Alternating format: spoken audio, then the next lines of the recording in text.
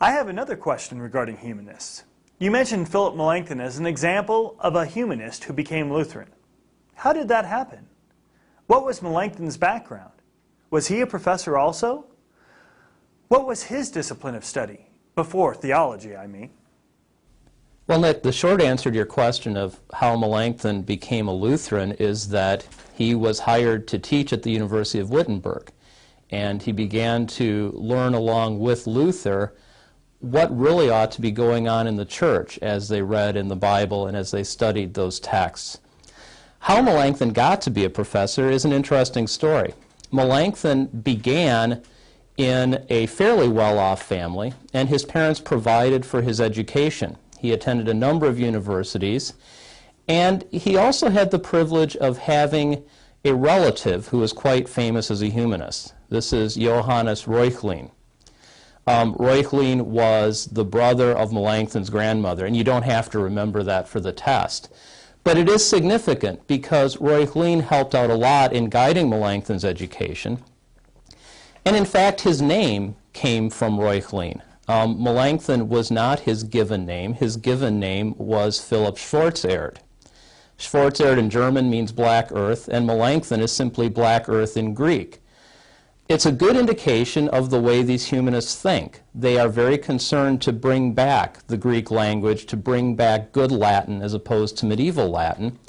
And so that's what Philip Melanchthon ended up studying at university.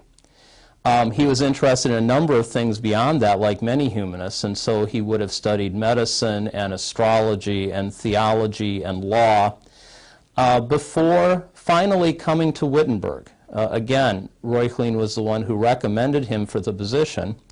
And so this Philip Melanchthon, who had been a child prodigy, in fact, he had been denied a master's degree at one university simply because he was too young, not because he was unqualified. Melanchthon began then in 1518 as a professor at the University of Wittenberg. And as was the custom, he gave an inaugural address. He gave a first speech to the university community. And that speech reminds us of something very important about the Reformation, that it was a movement that began in and was very concerned with university education. In this speech, Melanchthon hit all the right humanist notes and outlined his proposed course of study for the university. It would have been heavy on Greek and Latin and reading the original classical texts, and especially the text of the Bible. So as he began to teach at Wittenberg, that's what Melanchthon himself did. He lectured on the Bible, he lectured on other topics as well, but really became very famous for his lectures on Romans.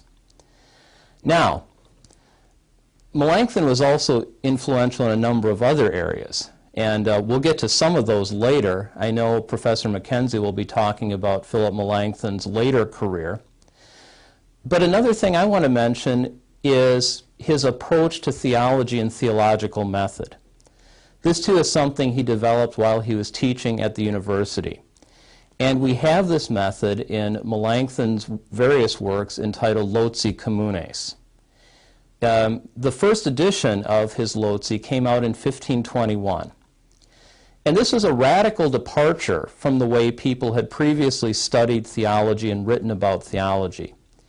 You might remember that I sketched the scholastic method in a previous lecture as being a question and answer format that combined biblical quotations and citations from fathers and councils along with philosophy and logic, generally speaking. Melanchthon's approach was very different. He saw how scholastic theology had gotten bogged down in answering questions that weren't really all that important. And so his Loci method was an attempt to deal with those topics that Scripture itself presented as being important.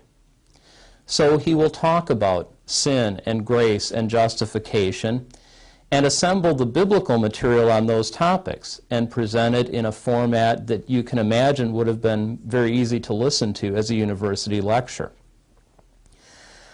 So Melanchthon became extremely important as a teacher at Wittenberg, as a Lutheran theologian, as someone who was really challenging the way theology had traditionally been done. You might be surprised to know, given all of that Melanchthon never got a degree in theology, a doctorate at least, and he was never ordained. He never preached. And in spite of the picture on a famous altarpiece, he never baptized anybody.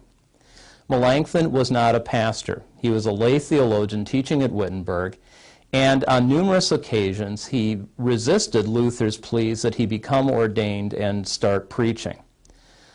So very important theologian of the Reformation, but not a pastor like Luther was. And as I said, we'll hear a little bit more about Melanchthon later on.